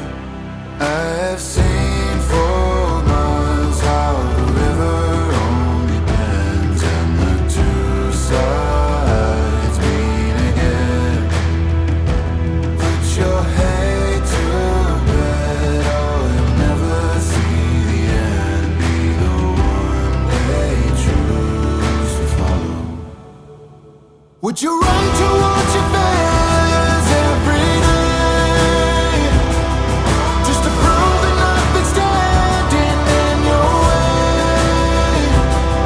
In the moments I could feel it, when my sacrifice was needed, before they could even see me, I was there, like a flash lightning.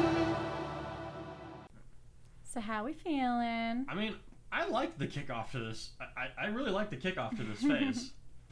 Well, I mean, you came up with it, so I would hope so. I know, but like, I don't know. It just seems like a really solid place to like. It felt like an uphill start. Yeah. Like the last phase in particular, and like honestly, like several of the phases have begun on these really sour notes. Like the second phase started when Kurai, like when Akarui was in the wheelchair. Yeah. Like, and then, you know, shortly after that, Kurai lost his arm. So, like, that whole thing. And then, yeah, and then the phase after that kind of started off on a good note because he got his metal arm and, you know, things were looking up again.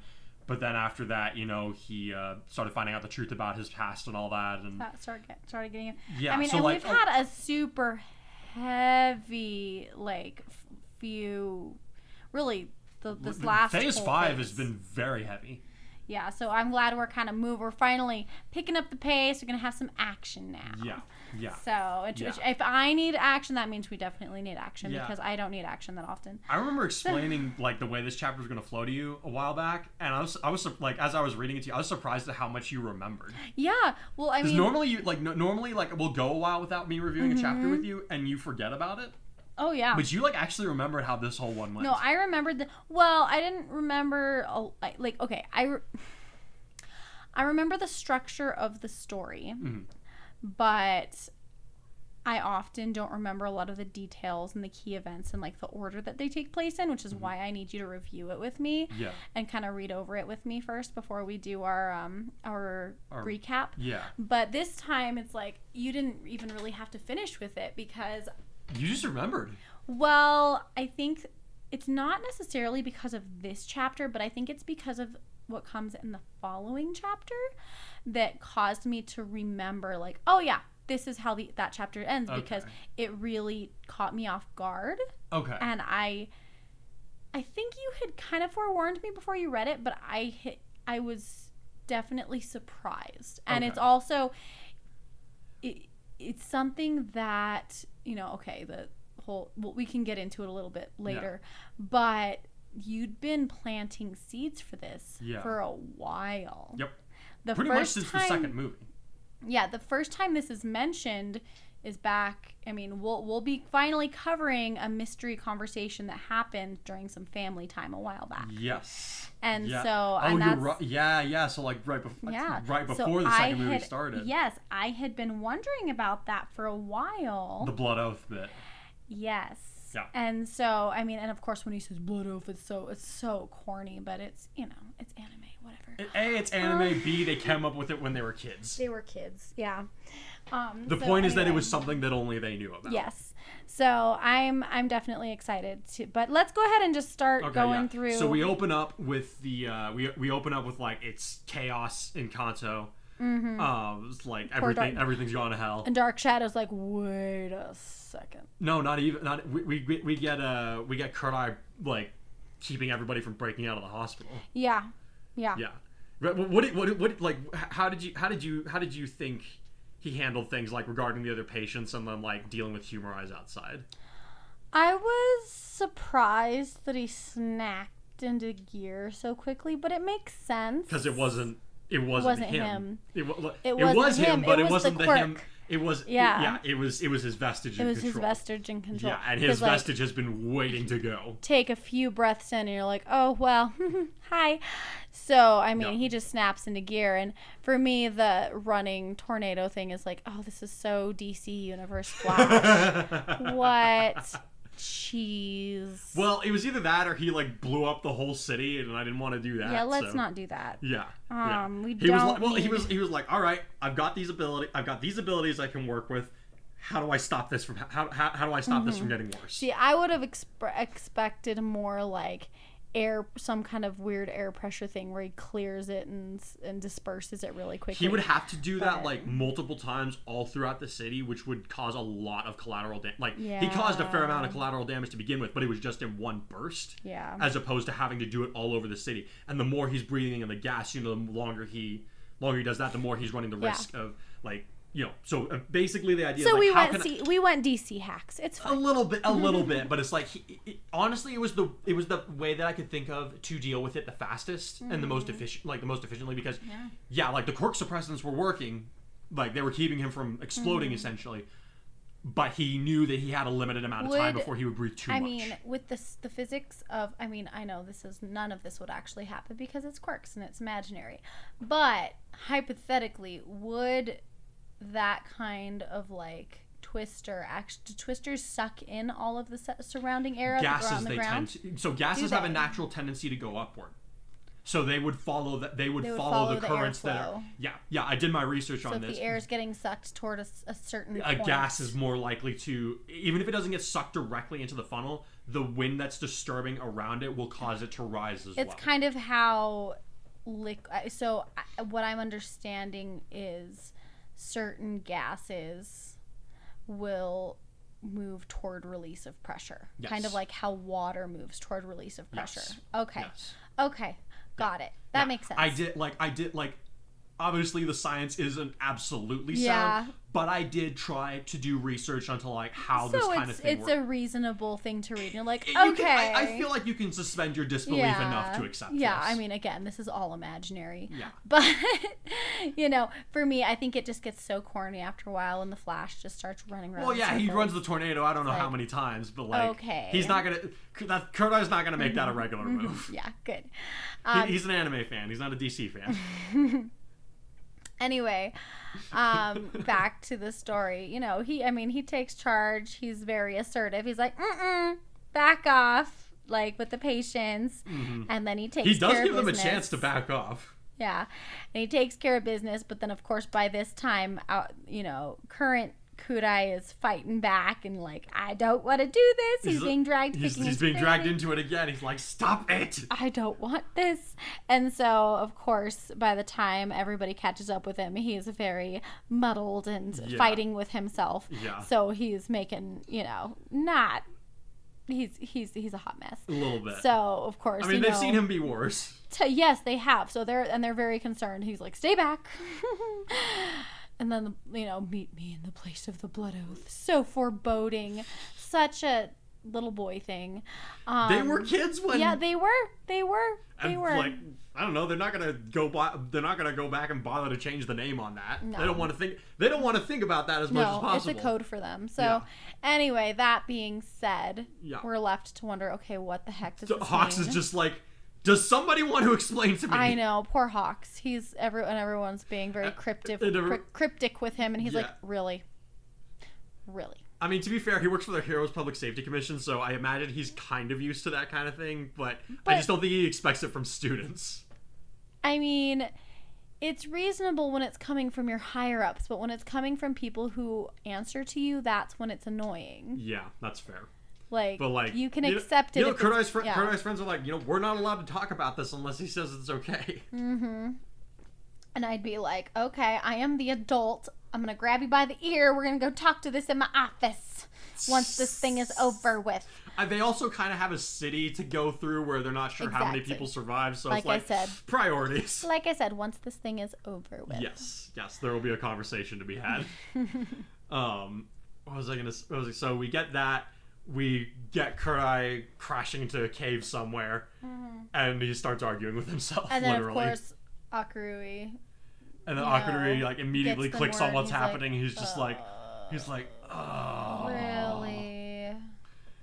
I mean, given the circumstances, he doesn't begrudge it too much. But I could totally see one of your younger brothers responding that way if you referenced something from childhood like that. Yeah. I can totally see the grimace. My youngest brother in particular, especially. I think. He'd be like, "Oh my gosh." He wouldn't say that, but like he'd be so done. Yep. And he'd just resign himself to be like, "Okay, let's get this over with." What did you think of Mina's assertiveness in this? Like, did you think it was misplaced, or did you feel like it was in keeping with her character? No, at this I point? think initially, her panic is like, okay, it was nice to see her click back into gear and be her assertive self, because she's been real broken and not doing too hot lately, and it's and that's the thing. Well, she's been left in this position where she can't help him, and now she has an opportunity to do so. Yeah, and so of course I liked it, because Okay. I mean, it's like no.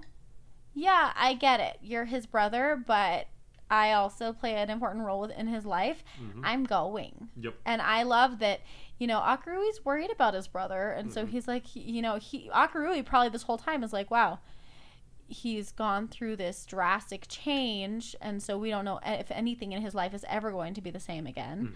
And he's like, who knows, he's watching Mina be in pain. He doesn't know what she's thinking. So he's like, I mean, I don't know if she's guiltily having to stick by his side, or, if once he's better, maybe she'll dump him and then he'll, spiral again. He knows she won't do that. No, but he doesn't know for sure. Okay. And he's reasonably sure. Yeah, he's reasonably sure she'll stick with him, but he honestly, more or less, what he like. Maybe I didn't make it clear enough in the narrative, but like honestly, like when he was like when he tried to pull the "you're staying here" bit, he honestly was curious to see what she would say about it and how she would handle that. Yeah, and I think she aced it. Yeah. Oh yeah, he's like, that was a good answer. Let's go. And then what? They have that conversation with Nezu, and Nezu's like, "I want to send heroes with you," and Akuru's like, "Ha, no." Mm-hmm. He's like, "You really want to piss somebody off who could do all that?" Yeah, I did forget about that. Yeah, he So like they eventually reach a compromise where Nezu's like, "I want you." He's like, "I want to be able to track your phone, and I want to know, I want hourly updates." And Akuru is like, "Fine, whatever, we'll do it." And then as soon as they get out of the campus, he tells me, and like, "Give me your phone." He's like, "Give me your phone." She's like, "Why?" He's like, "I'm gonna disable the tracking on it." She's like, "How do you do that without taking out the battery?" He's like, "You're me." No. What she says is like, "I thought it was impossible to take out the GPS tracking unless like you take the battery out of the phone." He's like, "Not if you're me." Yeah. Because so he clones their signals and sends it on a train like the opposite direction, and then they head up to where Kurai's hiding out. Spicy boy. Love him. Oh yeah, that was great. We got Deku, Kurai. Sorry, not Kurai. We got Deku, Todoroki, Bakugo, and Weiss. Yes. They're at the Endeavor Agency. They're getting geared up, so they get their stealth suits happening. Oh my gosh, I almost started saying, yeah, and then this is happening, but then I realized that's like chapters and chapters away because I'm thinking of the current stuff you're working on. Oh no. So I almost brought that up. See, this is the tiredness. Okay, I'm going to let you lead the other points that we're going to cover. Because... I mean, I think the main reason why you remember this chapter was the conversation that Mina and Akudori have while they're on the train. Yeah. Absolutely. I know Silver or Robin is going to be like, and now in the big book of sad we have. Oh yes. I'm just like, yeah, Akudori has a few chapters to throw in there. But I am interested to see how people react to this, because like this is how do I put, like, I wanted to have this be a thing for a while, but I didn't want to build it up to this grand reveal kind of thing either. Yeah. Like I planted the seeds a little while back. But I kind of on purpose let it fade out of mind, but now that I can bring it back, it's like no, I did this, like this isn't completely out of nowhere. Yeah, and then like this, like again, this is something that I had planned out for them from the beginning. No, I remember you mentioning it, and I had like kind of blocked it out for a while, and then you brought it back up, and I was like, oh, okay, we're still doing this, cool. Yeah. It was the hardest decision to make on that was whether or not it was Kurai or Akudori who killed the guy. You just let something slip, honey. No, we're gonna have to edit that out. No, I didn't. I'm talking about when they were in the cave and they were kidnapped as kids. We haven't covered that part Yes, yet. we did. Oh, that was covered in this chapter? Yeah, that was covered in this chapter. Okay, sorry. I thought that was coming in the next chapter. No, that's this chapter. Oh, so I was trying really hard not to talk about it because I thought that was the next chapter. No, that's this chapter. Yeah, no. So that like she's like because remember Mina's asking him. She's like the place of the blood oath. That's such a stupid thing to call like what she's like, but it obviously has significance to you. Like what's up with that? So Akudori tells her like this is why we go by our mom's maiden name because we've been targeted. It's like we've been targeted. I loved getting to do the bit where he's like, yeah, we don't just hate the Yakuza because our dad was a cop. It's like they have a very personal reason for why they hate Yakuza members. Like it's not just because like dad tells them, you know, these are the bad guys, and they're like, okay, dad. Like they have experienced firsthand the evils of these people, and you know, Akudori paid very heavily for it. Yeah. But yeah, I had a really hard time deciding whether or not it was going to be Kurai or Akudori who killed the guy.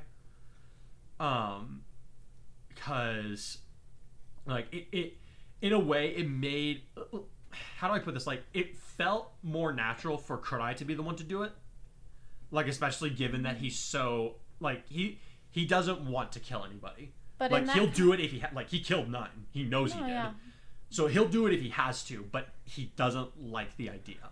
But also in that kind of situation, when you have someone, I mean, they're kids still, but someone with a quirk that's much more violent and someone with an intelligence quirk, who has the more realistic physical prowess in a fight?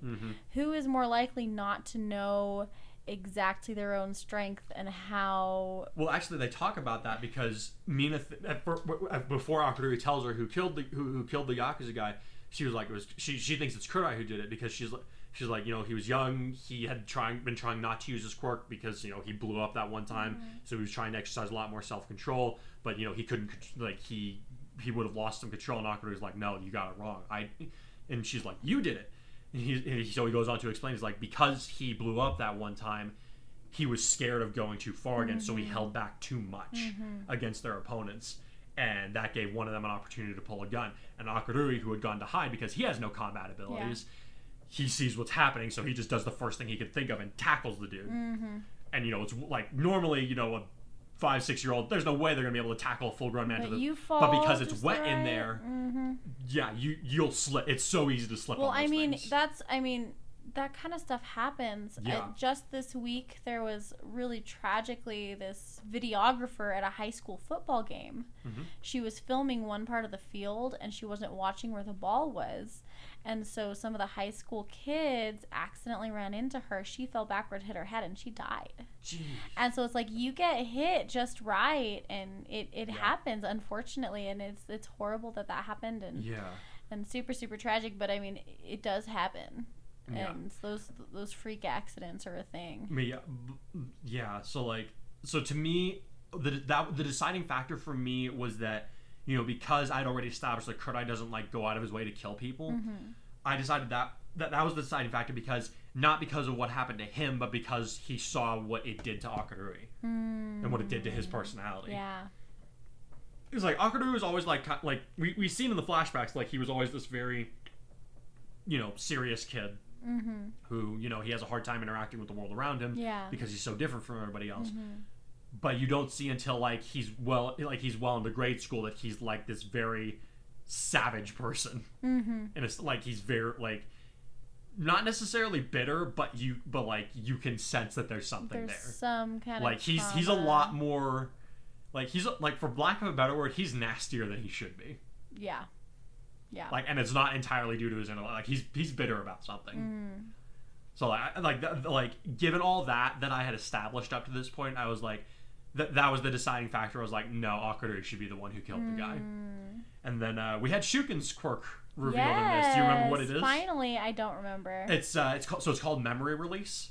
So he can reenact anything that he's seen somebody else do, as long as it's within the physical range of his abilities. So he's Kakashi. Just kidding. Essentially, he can't copy other people's quirks. Yeah. But he watches Kurt mentions, he's like, we were watching a Jackie Chan movie marathon, so you can imagine how that played into because he saw Jackie Chan do those things, and he's a fit kid. He can do a lot of those moves. That's so cool. Yeah. It was just this. It was just kind of this. I love that moment for a second. That Ramina's like, "Wait a minute, your cousin can fight?" And they're like, "Yeah." So Shuken won't be a hero, but his quirk will definitely play into what he will grow up to do. That's something that that's something that I'm excited to get into later on. What Shuken's gonna do. Absolutely. Yeah. So we have that whole conversation. And then they get to the beach, and we see Akaru very out of his element here. I think this is the first we've seen him scared before, back out when they were on Island, right before he crippled himself. But he's normally really good at keeping himself at least composed. Composed. In this, he's just you can see this he's doing everything he can just to keep walking forward. Yeah, when you return to the physical location where you've experienced trauma, that's not an easy thing. No, definitely I drew on some of my own symptoms that I've noticed myself exhibit whenever I've been been triggered to a similar degree. So I was trying to put that into his body. I think I did all right with that. And again, I really like writing Akaru and Mina, because they play off each other so they play off each other so well. And they're so different from anybody you've written before, so they it's really are. Fun. But you get this moment where she's like, "Hey, if you just give me a description of where this thing is, I'm sure I can find it with that." She doesn't want to make him relive all this. Yeah. She's worried about him. And he's like, no, I need to do this. He's like, Kurt, I asked for me. He's like, he asked for me, so I need to go in there. I need to get this over with. Yeah. And then, we get Kurt-Eye, and, Kurt-Eye is Kurt-Eye again. He's not exactly the same, but he's a lot closer to what he was before. Yeah. So yeah, we're getting to end things on a much more positive note. Yay. And I'm really happy about that. Like, you know, it's like there's a little bit of a cliffhanger kind of thing, like, because, you know, they've got the fight against Humarise coming up pretty quickly here, but like there's no, like, I don't really feel like there's gonna be a sense of urgency to like what happened next. Yeah. Because like things finally got to like end on the chapter finally got to end on a really solid note. Yay. I feel like. Yeah. Awesome. Yeah. So I really enjoyed writing this chapter. I hope that people will find this to be a more enjoyable chapter than what I've been putting out for a while. not what I've been forced to put out, but like what the story has called for. Yeah. For some time now. Like Yeah. we're finally able to start moving away from that. We've explored all those emotions. Now we can move forward from where we're at. Yes. We understand where everyone's headspace is. Now let's get going on the story. So yeah, I'm really excited for this next phase. Yes, me too. In a more traditional, like not in the set not in the sense from like haha I can't wait to like pull one over on you guys again. It's like I'm genuinely excited to like enjoy this story with you guys. Yay. Yeah, I'm excited to see how you guys feel about it. So anyway, I guess I think that's it. Like what do you think of all the new artwork that came? Like what did you think of the new art pieces? I'm are you publishing both of these that I'm looking at? So I published the one where it's the 3 of them, and then the other one like it's coming out with this chapter, and then I'm putting it up on Instagram and all that. You're definitely branching out. And you're giving your artwork a lot more natural body language than you have in the past. There's a lot more movement. I mean, you've been doing really well with your foreshortening for a while. Yeah. But I'm proud of you for your line variety that's happening. That second draw, the one where it's just him with like one frog going on behind him, was so stressful for me to draw. But you know what? It's the most natural movement I've seen because in the past you've done, you know, moments of movement, but it's been almost posed or stiff. Well, I feel like the body language in the first one is pretty natural. Yeah. But it's like a moment that's frozen in time. Yeah. There's no sense of motion, whereas that one you've got all the motion happening. Because you've got all of this movement, but with like the lines, you've got. I mean, okay, as an artist, I can just totally, bit by bit, talk about why you can see movement in this with all of the way that the composition is cut up, but no one wants to hear that. It's an auditory it's an audible chapter. So that being said, good job with your thanks. Like just real quick for me, like it was really hard to draw that one because like you guys have been watching my artwork long enough. You know that I like to have like very neat, very crisp lines that keep everything well defined. And I've been getting on him about... blur of motion, just by definition, cannot be well defined. I had to like do all those like crazy scribble sketches. That was like almost painful for me to do. Because I'm just like, this goes against everything that I've done up to now. And it's so good for you because just like with your writing, you're forcing yourself to do something different from what you're used to, and that's how you grow. Yeah. And I'm really impressed because you can see a lot more. It's just a lot more emotional and dynamic because you've got. You know, that's where the emotion comes out in art, is when you have that intensity of some lines and then movement and sketchiness in some, and that's the whole art. That's when it becomes art. It's no longer just a, trying to recreate something that you see in your head, and it becomes an art because it's emotive. So I'm pretty excited, and this one's like in a nice once you release it, it'll be a good format for a wallpaper. It's a great phone wallpaper all the way. So like anyway. I specifically designed the dimensions to go on a phone wallpaper. Sweet. So anyway, all that said, I hope you it. guys enjoyed this chapter, and I hope you're as excited as I am for like this next part of the story that's going to fall more into the category of like traditional superhero stuff. Like there's going to still be emotional payoffs and all that, but we're going to fall more into the like all right, let's go get the bad guys kind of thing. Yeah. But hopefully without hitting too many cliches. But thank you guys so much for sticking with us for these last 5 phases. I hope you enjoy phase 6. So have a plus ultra couple of weeks until we see you again. See ya.